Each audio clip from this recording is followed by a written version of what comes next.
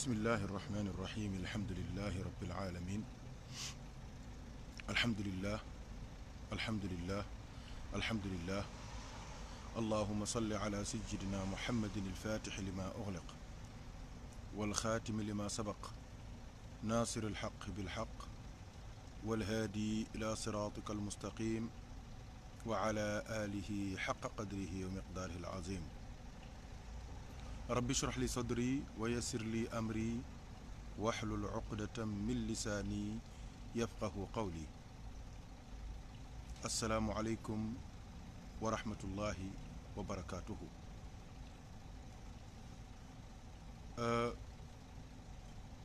C'est un plaisir et un honneur encore de vous compter parmi nous à l'occasion de nos rencontres quotidiennes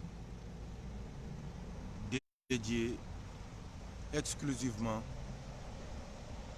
à la recherche de la satisfaction d'Allah subhanahu wa ta'ala à travers la lecture et la relecture du Saint-Coran et de la sunna du prophète Sayyidina Muhammad sallallahu alayhi wa sallam. Projets qui nous permettent de mettre la lumière sur toutes les questions que l'on se pose et que les réponses sont déjà données par Allah subhanahu wa ta'ala dans le Coran, mais aussi par le prophète Sayyidina Muhammad à travers ses nobles enseignements. Chers frères en Dieu, l'autre jour, on a eu à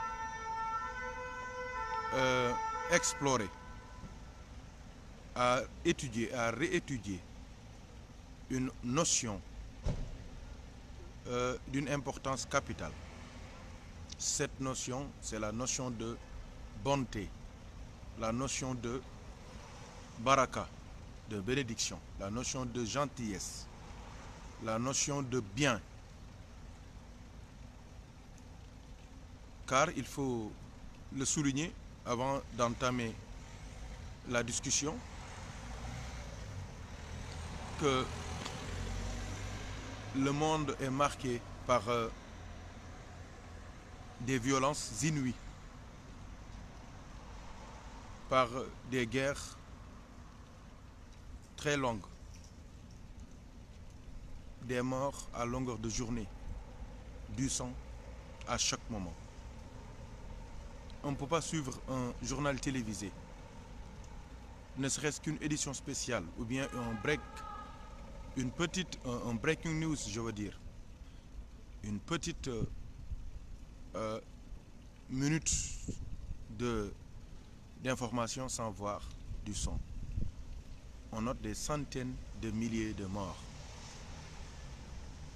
Et la plupart de ces victimes sont de la Ummah du prophète Sayyidina Muhammad sallallahu alayhi wa sallam. Ça fait mal. Il faut dire aussi que ça, c'est le domaine international. Mais en ce qui concerne notre cher pays, le Sénégal aussi, depuis quelque temps, on a remarqué une recrudescence de la violence, des meurtres de tout genre, des meurtres souvent accompagnés de viols, de brimades, d'agressions. Et c'est devenu quotidien. Chaque fois on entend, masha'Allah, des morts par-ci, par-cela, des agressions, des viols. Et ça fait mal. Et nous avons remarqué que l'essentiel, l'origine, la base, la source principale de tous ces mots MAUX proviennent de la dureté des cœurs. Tout cela provient de la dureté des cœurs. Les cœurs sont durs. Les cœurs sont vides de lumière, sont vides de spiritualité, sont vides d'humanisme, d'humanité. les cœurs sont vides de rahma, de miséricorde. Les cœurs sont vides de bonté, de gentillesse, de bénédiction, de baraka. C'est pour cela qu'on a jugé nécessaire et important de reparler de la bonté. Car je dis souvent que tous les prophètes, tous les awliya, les saints, leur particularité par rapport aux autres, leur spécificité, leur faveur, leur suprématie et leur supériorité sur les autres, c'est seulement la bonté, c'est seulement la gentillesse, c'est seulement la bénédiction d'Allah, c'est seulement la crainte d'Allah, c'est seulement l'amour d'Allah subhanahu wa ta'ala. Donc, faisons attention à nous tous, Inch'Allah, que les autorités prennent leurs responsabilités par rapport à cela, que les parents aussi prennent leurs responsabilités sur l'éducation de leurs enfants, mais aussi que les populations elles-mêmes prennent leurs responsabilités en regardant les faits et les gestes des uns et des autres dans le but de servir d'exemple, de se servir d'exemple mutuellement. Une pensée à tous ces gens qui ont perdu la vie pour des choses futiles, des choses vraiment éphémères, pour des billets de banque, pour des altercations, pour des malentendus, pour quelques billets, quelques bijoux. Une pensée à toutes ces personnes-là. Il faut le dire, le bien, la bonté, la baraka, c'est ça qui est la source de toute cet amour qu'on a pour le prophète Sayyidina Muhammad sallallahu alayhi wa sallam. Il faut dire que 90% des gens qui ont connu l'islam, qui ont aimé le prophète Sayyidina Muhammad et ont embrassé l'islam, ils l'ont fait à travers la gentillesse du prophète Sayyidina Muhammad, la bonté de Sayyidina Muhammad sallallahu alayhi wa sallam. Il y a des milliers d'exemples de gens qui ont été très mauvais, très pas gentils à l'endroit du prophète sallallahu alayhi wa sallam, qui a répondu par la gentillesse, par l'ouverture, par l'amour, par la fraternité, par la douceur, et qui ont, ces gens-là qui ont fini par embrasser l'islam en sachant que les bonnes vertus, les bonnes valeurs, les bonnes actions peuvent ouvrir des portes que les sabres ne peuvent pas. Sallallahu alayhi wa sallam.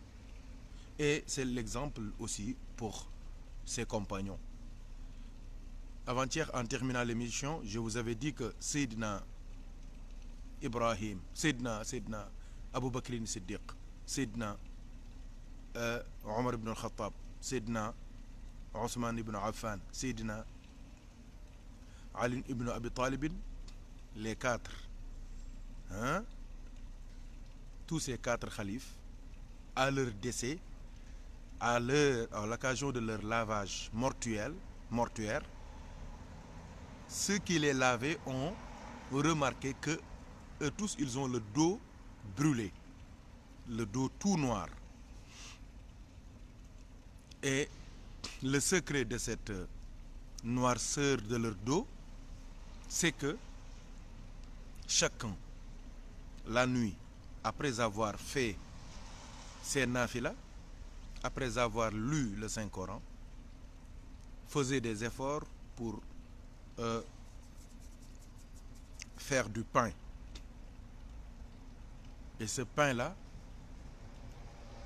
avant la levée du soleil, chacun d'entre eux se précipitait, se cachait dans les murs de la cité aux abords des murs de la cité pour aller déposer ces pains-là dans des maisons de gens qui ne sont pas fortunés, des gens qui étaient nécessiteux. Et chacun, en se levant le matin, en ouvrant leurs portes, ces familles-là trouvaient leur pain. C'est au décès de chacun d'eux que l'on a su que ces pains-là provenaient de ces 4 khalifes bien guidés du prophète Sayyidina Muhammad sallallahu alayhi wa sallam. Il y a beaucoup d'autres exemples. Les awliya, on les connaît. Tous nos cheikhs, tous nos maîtres au Sénégal, on les connaît par leur extrême gentillesse, leur générosité sans limite. Et alhamdulillah rabbil alamin, c'est ça qui fait la force de ces personnes-là, vivantes comme mortes. Et même quand ils sont morts, quand elles sont mortes, ces personnes, leur puissance devient plus phénoménale. Pourquoi?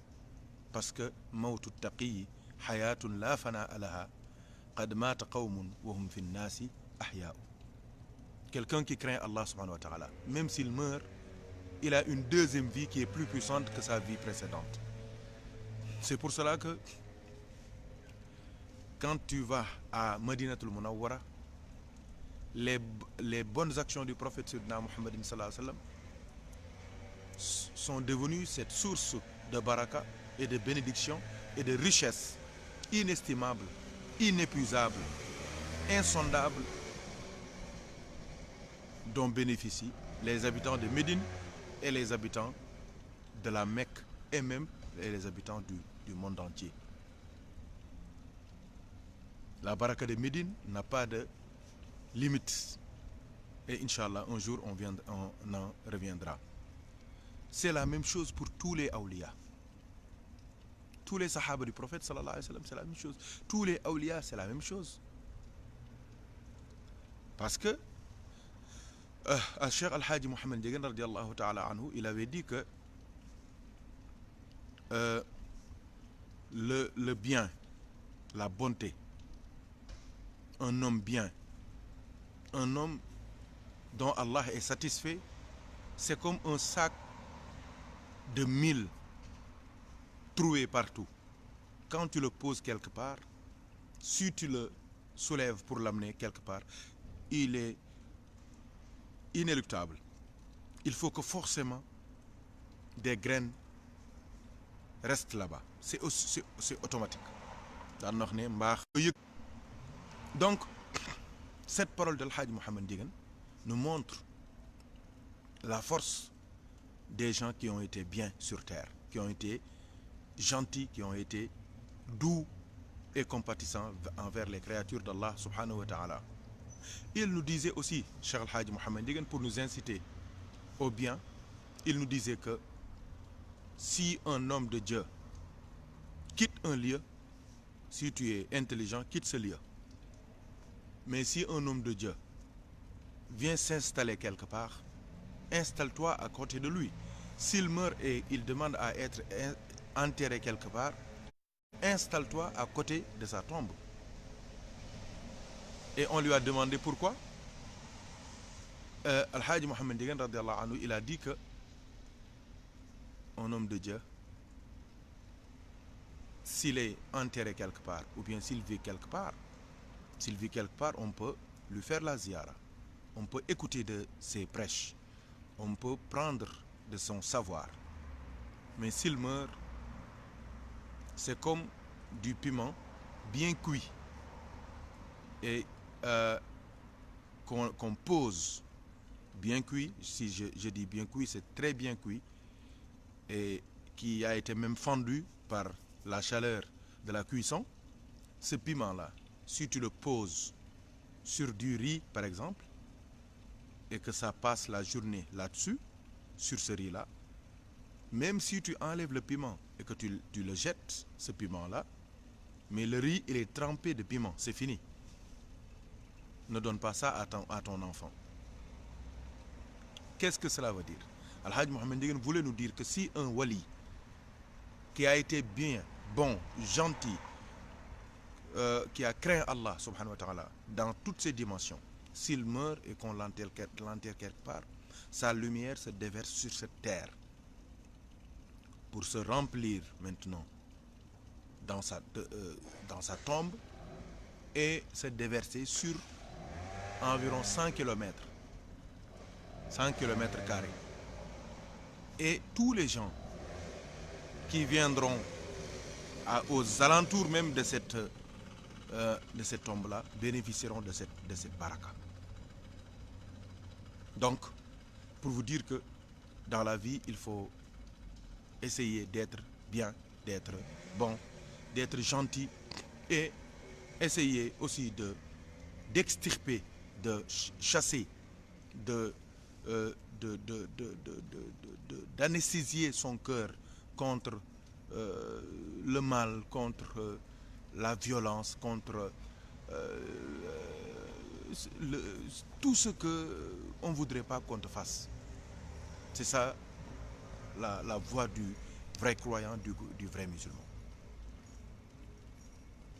Al-Hajj Mohammed Ndiéguène radiallahu anhu, il nous disait aussi que si ta gentillesse, ta bonté se limite à toi-même, tu n'es même pas au début du chemin des gens qui sont gentils. L'homme gentil, le bon, le bien, celui qui a des valeurs, des vertus, sa gentillesse doit dépasser sa personne jusqu'à toucher tout ce qu'il rencontre. Jusqu'à toucher tout ce qu'il rencontre. Une gentillesse, une bonté, une douceur n'a pas de limite. Tu dois être doux, gentil, bon, bien envers les gens que tu connais, envers les gens que tu ne connais pas, les gens qui te sont utiles, les gens qui ne te le sont pas, les gens qui sont gentils avec toi, les gens qui ne sont pas gentils avec toi. Parce que la bonté, la gentillesse n'a pas de frontières. Et même dans le mariage, dans l'islam, on demande à la femme d'aimer l'homme et on demande à l'homme d'être gentil et bon envers la femme. Donc tout mariage dont l'homme est gentil et que la femme est aimante, ce mariage est béni parce que c'est les deux choses qu'Allah subhanahu wa ta'ala a demandé à l'un et à l'autre. Donc, chers frères en Dieu, c'est une exhortation, c'est une invitation à toujours cultiver le bien. Parce que même le terme comportement en Wolof est éducateur, est enseignant, est instructif, je veux dire.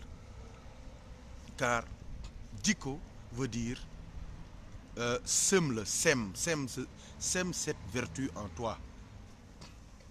Allah il dit dans le Coran, Mathalul ladhina yunfiquna amwalahum fi sabilillah kamathali habbatin ambatat sab'a sanabil fi kulli sumbulatin mi'atu habbatin wallahu yudha'ifu liman yasha'u wallahu wasi'un alimun. Allah il dit l'exemple des gens qui dépensent leur avoir, leur richesse dans la voie d'Allah,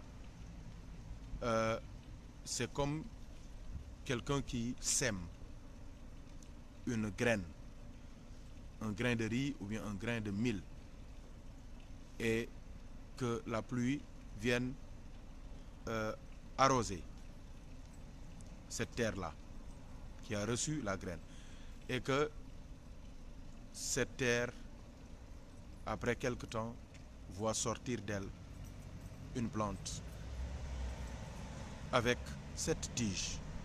Et chaque tige a plus de 100 autres grains de mil ou bien de riz. C'est une façon de montrer la baraka, la bénédiction, la multiplication d'une seule œuvre bénie auprès d'Allah subhanahu wa ta'ala. Et c'est valable aussi pour les valeurs et les vertus, chers frères en Dieu. Djiko, c'est-à-dire sème, prends l'une des vertus du prophète Sayyidina Mohammed et sème ça dans ton cœur.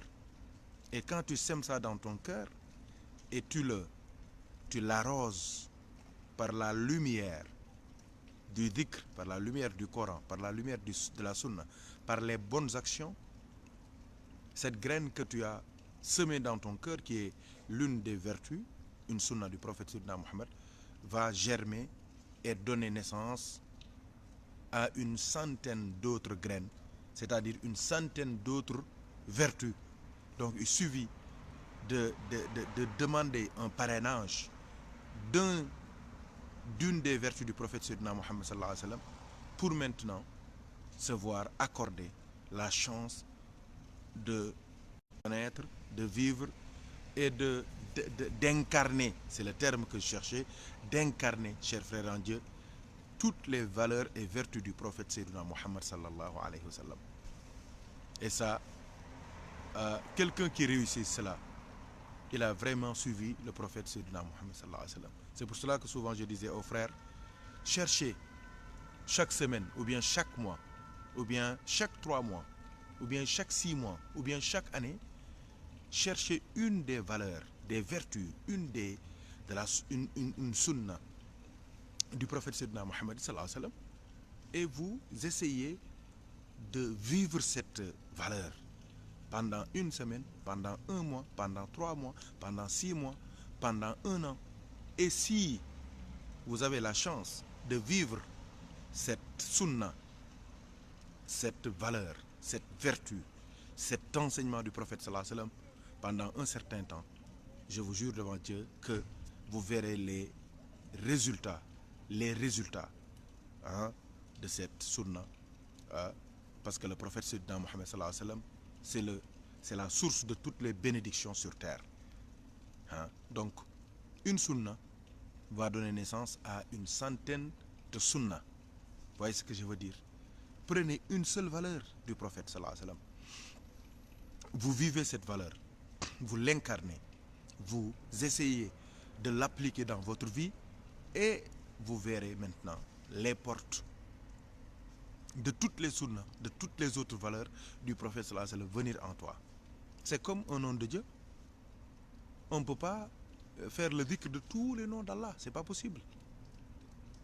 C'est pas possible.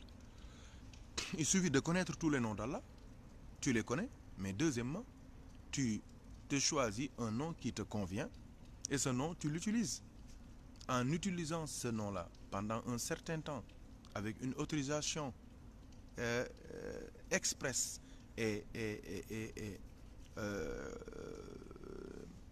valable, vrai, d'un maître authentique, ce nom que tu prends et que tu utilises en un moment donné va t'ouvrir la porte de tous les noms d'Allah subhanahu wa ta'ala. C'est pour cela que tu peux voir quelqu'un et que tu crois qu'il passe tout son temps à dhikr. Or, il utilise seulement un nom d'Allah subhanahu wa ta'ala. Il connaît les autres, mais il utilise un seul nom d'Allah subhanahu wa ta'ala. Parce qu'en utilisant ce nom-là, il utilise tous les noms d'Allah subhanahu wa ta'ala. Parce qu'Allah, il est infini, on ne peut pas cerner tous ses noms. On ne peut pas cerner tous ses attributs. Mais il suffit de te marier, de te linker avec un seul nom d'Allah subhanahu wa ta'ala, avec une seule vertu d'Allah subhanahu wa ta'ala, avec un seul verset du Saint-Coran, et que pour que Allah t'ouvre en fait et en finalité tous les secrets de ces noms, de ces versets et de ces attributs d'Allah subhanahu wa ta'ala. Qu'Allah nous aide et nous assiste par la baraka du prophète Sayyidina Muhammadin sallallahu alayhi wa sallam. Donc, chers frères en Dieu, ces valeurs dont je parle ne sont pas des valeurs faciles à prendre, car souvent c'est des valeurs qui sont en contradiction avec notre nafs. C'est en contradiction avec notre nafs, parce que wama ubarri'u nafsi, pourquoi? Parce que inna nafsa la ammaratum bis-su'i. fa inna ammarati bissu'i matta'adat min jahliha bi nazir ash-shaybi wal harami.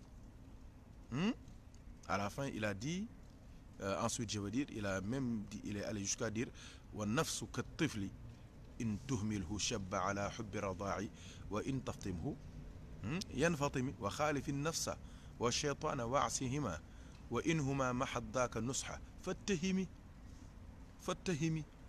Hein? Toutes ces valeurs dont je parle souvent sont en contradiction avec notre nafs, avec notre ego,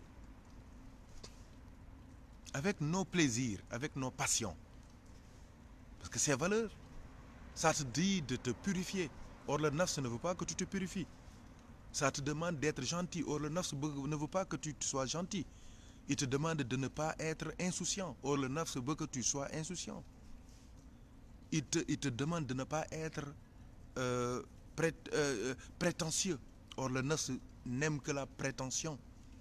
Il te demande de dormir. Or le nafs de ne pas dormir. Or le nafs n'aime que le sommeil. Il te demande la souillure.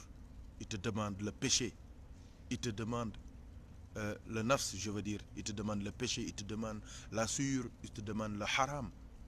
Or, ces valeurs dont je te parle t'invitent vers la pureté, vers la spiritualité, vers le tawba, le repentir, vers al-istighfar, la demande de pardon à Allah subhanahu wa ta'ala.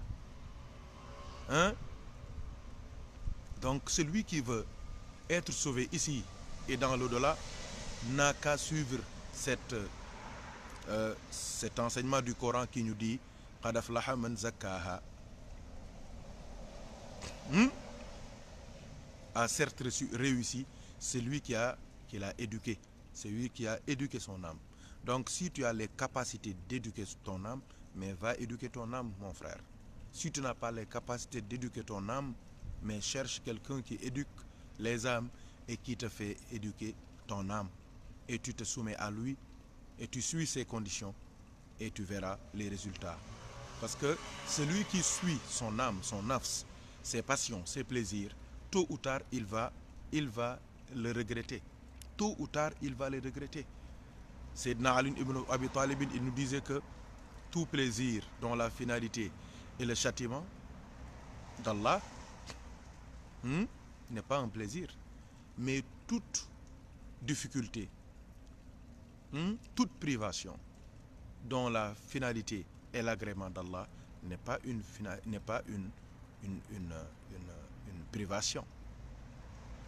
Donc ça c'est la pensée des grands hommes d'Allah subhanahu wa ta'ala qui ont toujours choisi de suivre Allah, de suivre le prophète Mohammed sallallahu alayhi wa sallam, de suivre le Coran, de suivre la Sunna, de suivre les enseignements des grands hommes d'Allah, contrairement à d'autres qui ont choisi de suivre leur nafs, leur plaisir, leur passion. Et tout le monde sait là où ça les a menés. J'ai pris beaucoup d'exemples quand je parlais de la notion de kilifa. Il y a beaucoup de gens qui ont perdu des élections, qui ont perdu des titres de président de la République, des titres de roi, des titres de ceci, des titres de cela, par une seule nuit, avec une seule fille, dans un petit hôtel. Il y en a qui ont perdu un poste de président, un fauteuil présidentiel, par un petit mensonge. Un petit mensonge, un seul mensonge.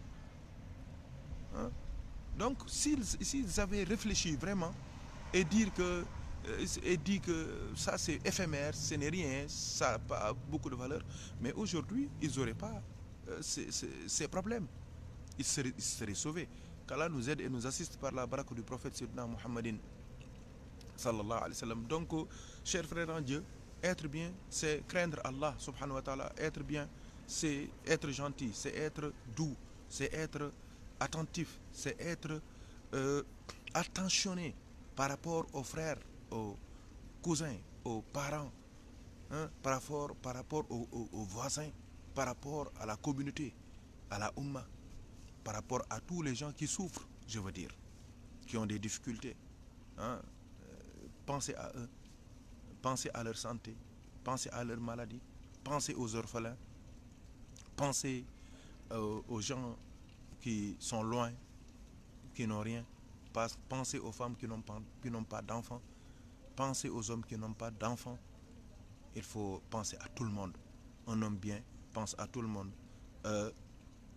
réfléchit de manière globale et chasse de son cœur ce qu'on appelle l'individualisme, ce qui est très très très dangereux. Qu'Allah nous aide et nous assiste par la baraka du prophète Sayyidina Muhammad sallallahu alayhi wa sallam. Comme je vous l'avais dit, l'objectif de ces directs en français, c'est de penser et